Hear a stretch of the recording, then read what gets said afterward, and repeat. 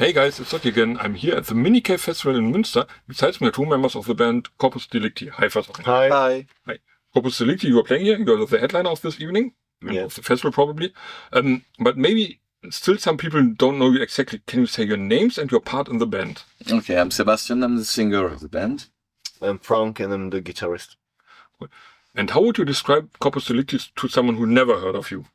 Well, I think it's quite intense rock, deep, melodic, and atmospheric as well. Something like this. Would you call it goth or not? Is it I the term you like? I don't know. It's not a term we dislike. Of course, when we started in the 90s, we had all the goth attributes in the look and probably in the music also. But we maybe we feel close to bands like Studio and the Benches or The Cure. And so, are they goth? Are we goth? I don't know. What does it mean? Really. I don't know. I think it's not. We're not labelizing our music. It's a genre. It's people. So, but it's we might be goth. It's not something we are rejecting. No, we're not rejecting, but we're not like also stick on it, you know. So people that call themselves goth would laugh or like you, probably. Would love. And your music. Why? Sorry.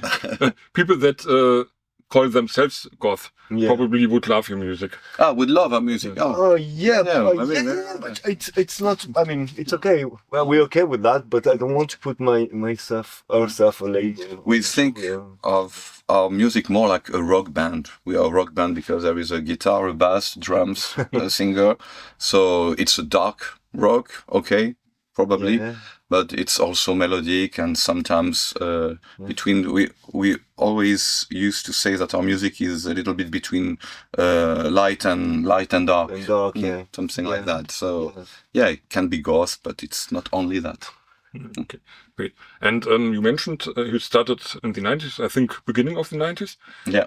So how did these things start? What was the initial point? Let's say it like that. The band, before we joined the band, the project was existing already since like a few months. It was an embryo of Corpus. And actually, I opened with my band, ex-band, for a Corpus show.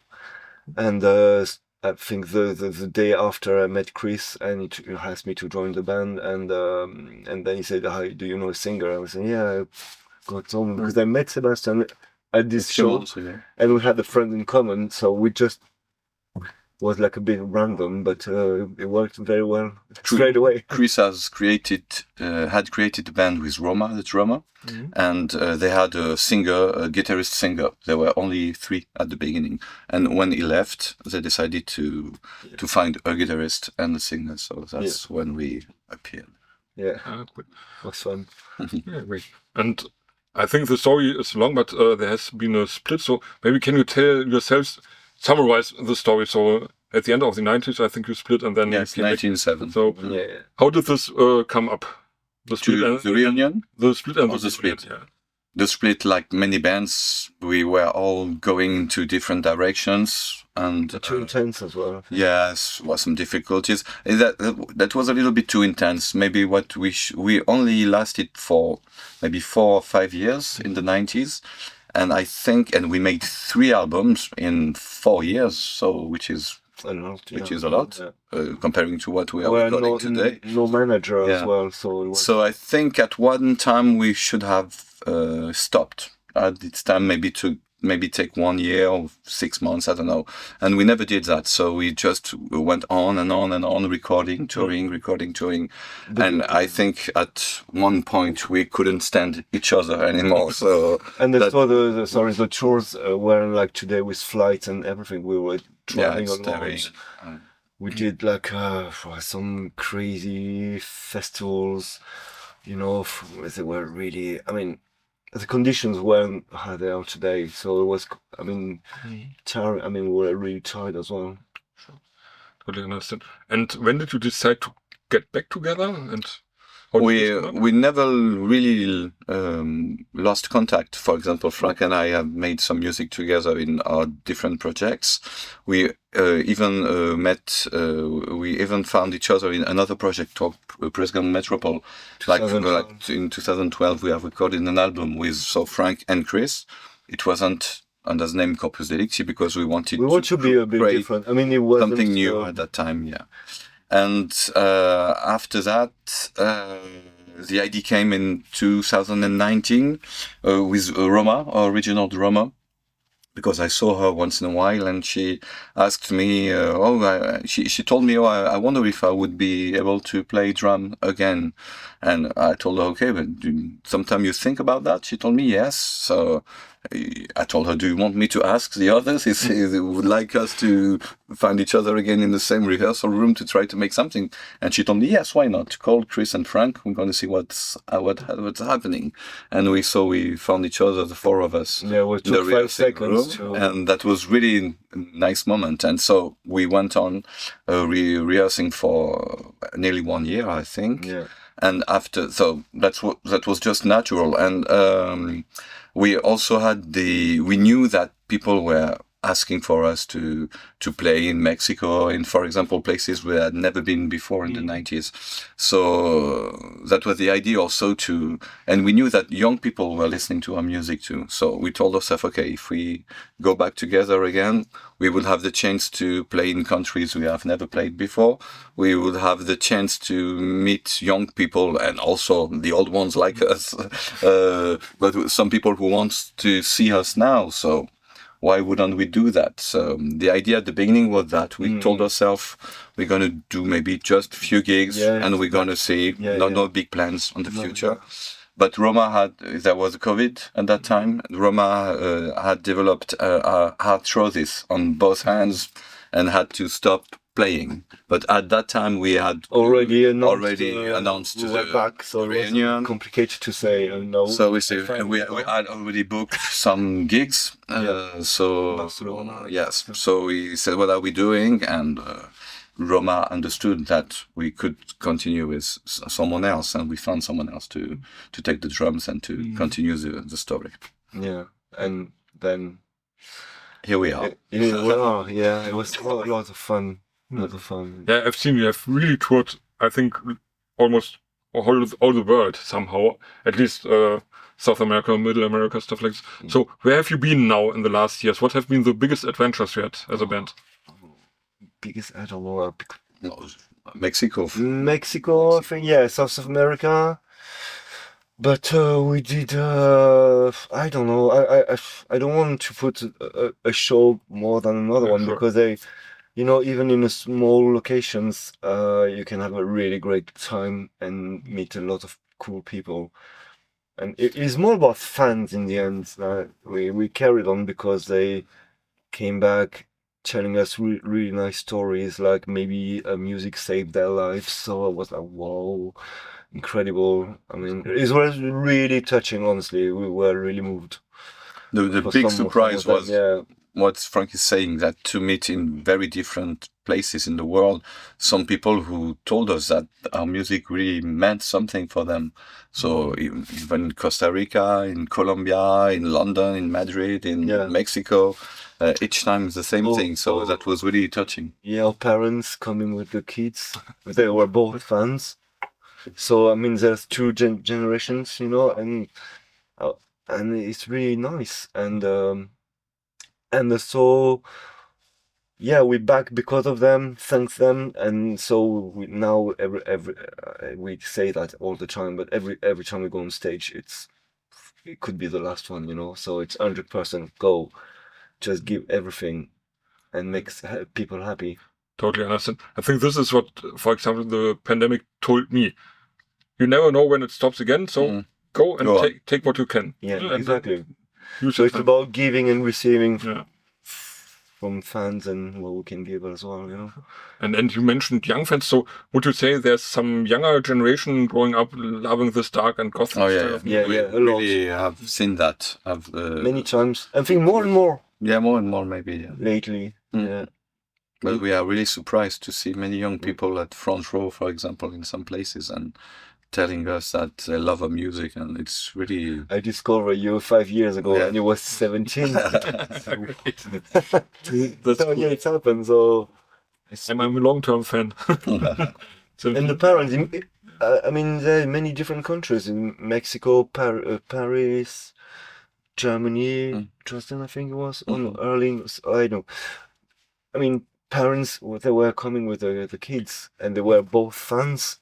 So wow, it means a lot to us. So And how is it in France? Because I think France always is somehow different to other countries what music regards, like having other pop music, having other hip hop music and stuff.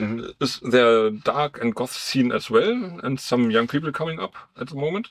Oh, I think there's always been a good scene in France, but it's never been promoted it never been mainstream, never, because I don't know, maybe the look, or honestly, but I think France always been there was the French Cold Wave in the late 80s, which they became a reference of the sound, and even later with bands like even Daft Punk's in another genre, or Air, or I mean, there is a really good scene in France in the music, which is absolutely different from the UK or the German or the American scene. It's another sound.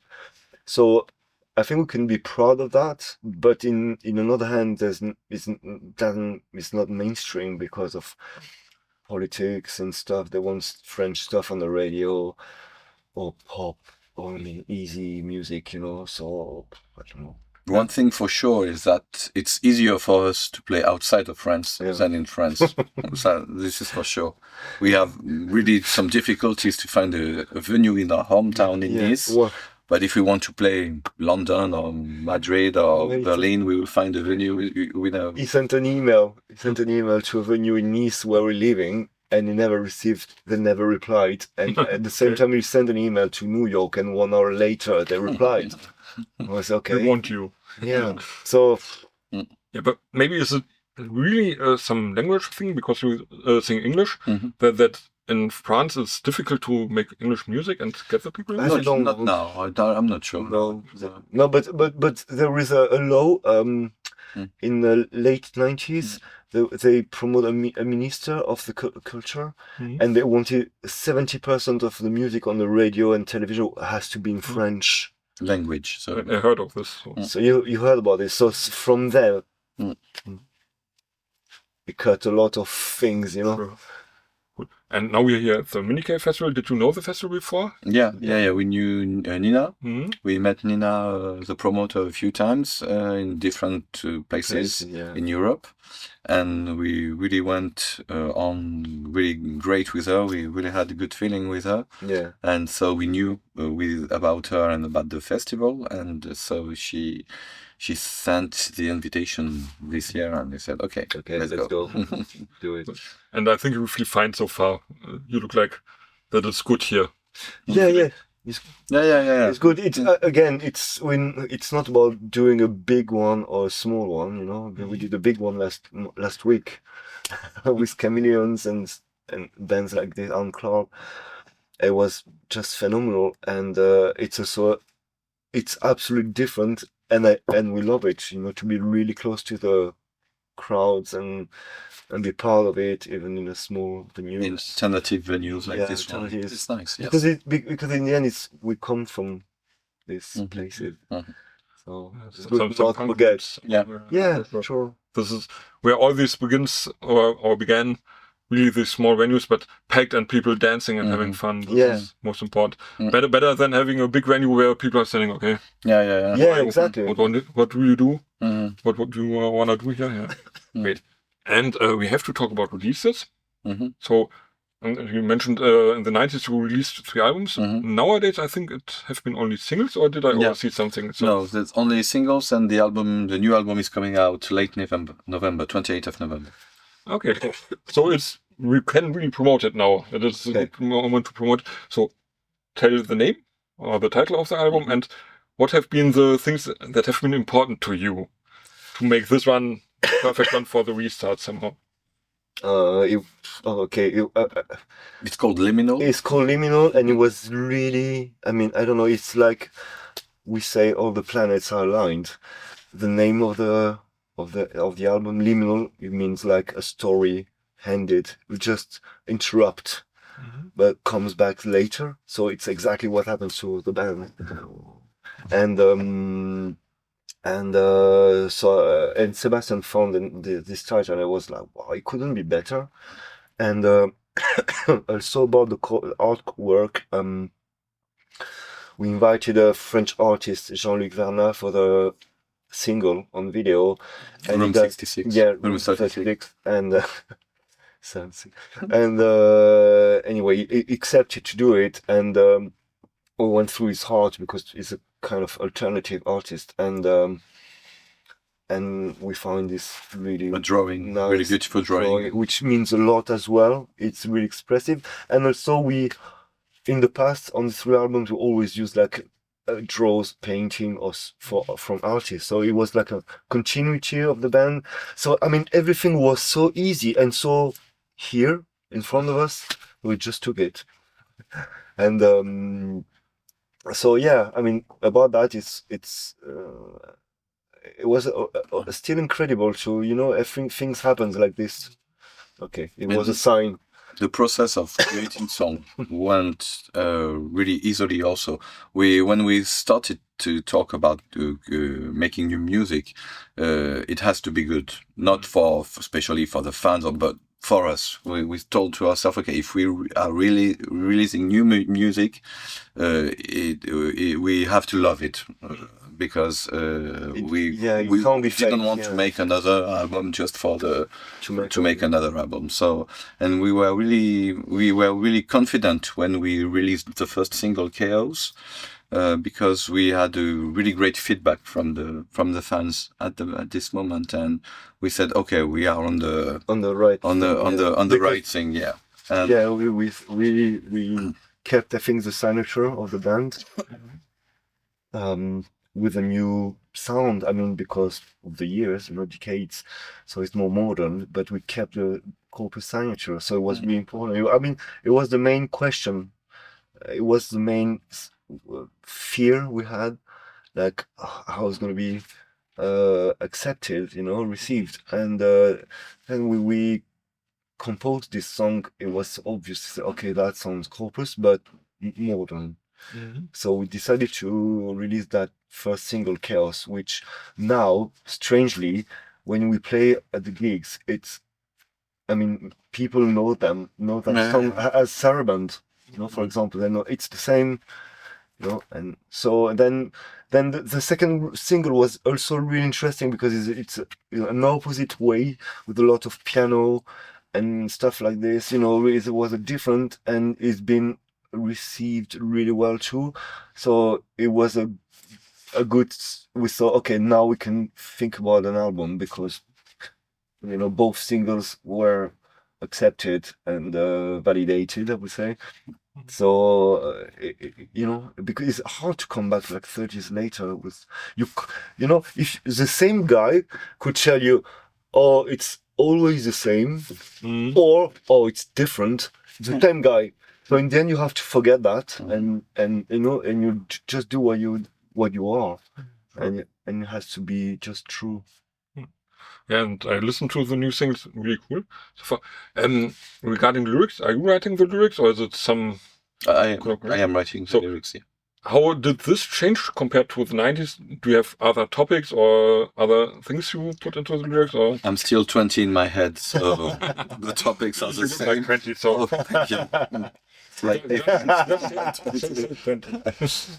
but no, it's really always like some kind of personal stuff. Most of the time, I used to say that my lyrics are most of the time like a secret diary. Not so secret, but there are things in my lyrics that I think I am the only one to know what I really wanted to say.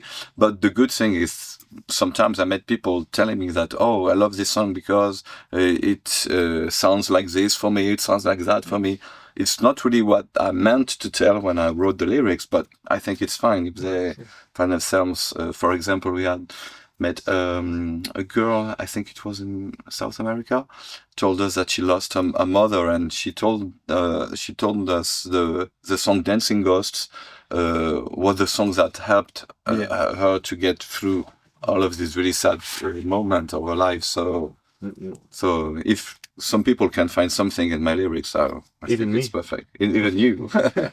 So you find different things than he. No. Sometimes when he sent me some lyrics, especially on the new album, I thought, like, wow, it talks to me a lot. Well, that's because I went through shit as well, life. And sometimes you say, oh wow, he's talking to me, or yourself. Yeah, it means a lot to me. So it was interesting. That's good. And I think you published a cover, Springsteen. Yeah. So, what does the boss mean to you? It was just it was first we had a comment. No, we had a proposition from the label Cleopatra. They were working on an album, a cover album called the Black Album, and they asked us if we wanted to cover a song. The song would have to be in the title. The world dark or the world black. But they sent a list. They sent a list of songs, and we saw at the same time. Yeah, but there's Janet Jackson one. Okay. It could be a good challenge, but it's too hard, man. we had been. Spears. Yeah. We had hesitated with a song by the Doors. Yeah. Really like the Doors, but we thought it was a little bit too close to our universe. Obvious or easy to cover. And Frank, I think it's you. So Dancing in the Dark. And I said, Dancing in the Dark. Yeah, I say, but yes, this one is far from us. I think it's a big challenge to cover him, and especially this song, because it's so far. Don't really like this one, but I like some Springsteen songs. For example, I used to listen a lot to the album Nebraska, but I really didn't like Dancing in the Dark, even if the melody is really great. Yeah. I really didn't really like the really 80s sound, and so he made an excellent job on this one, because we had some problems. We basically went too close the original. Okay. So it was a good cover, but it was just okay. So I say we can't do this. We nearly okay, and but I was a bit struggling. I said, in my mind, I want to do it. I mean, we have to try deeply. And I said, Sébastien, give me 2 days. So I read off all the tracks, just kept the vocals, and I forgot the original, and I started something different, something I think more in a bit darker, or what we are. And so after 1 day, I sent like a first version of the thing, and they validated, and I said, okay, let's go, let's do this one. So yeah, but it was not easy. Yeah, we nearly refused. We nearly quite. That turned out cool. And you probably have record collections. Are you collectors still? Yeah. So, what maybe is the weirdest record you both have? The weirdest. Okay, I have like 1,000 vinyls. Let me check. I don't know if I can tell. The weirdest. If I say the Grease soundtrack, is that okay? That's cool. Yeah. Grease 1 and 2. I think I have Grease. And you dance to it? No, I don't dance to it. But when I was a young, no, not a teenager, a young boy, or maybe I was 8 or 9. There was a song, I saw Grease 2 at the cinema, and there was a song in Grease 2 I really liked. I don't remember the name of the song, but I must have this on vinyl, yeah. Oh, I have this one, but I don't know how. I've got Footloose. Oh, nice. I think I never heard it. Hopefully. Yeah, but Footloose is a cool song. Yeah, I don't know. If you are in the 80s disco or something, you can always say, hey. Yeah, I'm an 80s fan, but not this genre of songs. Totally understand. For sure. Great. And now I think we'll get back to the venue, because you have to prepare for the show, get into the right mood. Well, what is important to you to get into the right mood for the show? Is there something we do before going on stage? Yeah. I've got 2 shots of vodka. Yeah. I need some quiet times before I go on stage most of the time. I don't need to. I can't be cold. I prefer to be really warm. But 2 shots of vodka. I think there are some upstairs. We'll get some if you want. Okay. Great. And you mentioned album is coming, so this is, I think, the most important thing in the next time. Some shows you have announced, not next week, because so fast I won't publish it, but in the next month. Yes, we have the release party of the record in Paris à la Maroquinerie on the 29th of November, just the day after its release. So this would be the last show of the year and the most important And the first of the album. release of the new album. Yes. I think. Surprise. Looking forward to the album. Maybe next time we meet, we can talk about this a little bit more. Yeah, sure. For now, do we have some message, some greetings to the people outside?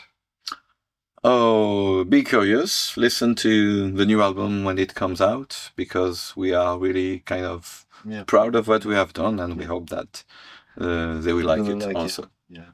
And enjoy the show. I think it was a great talk. Thank you.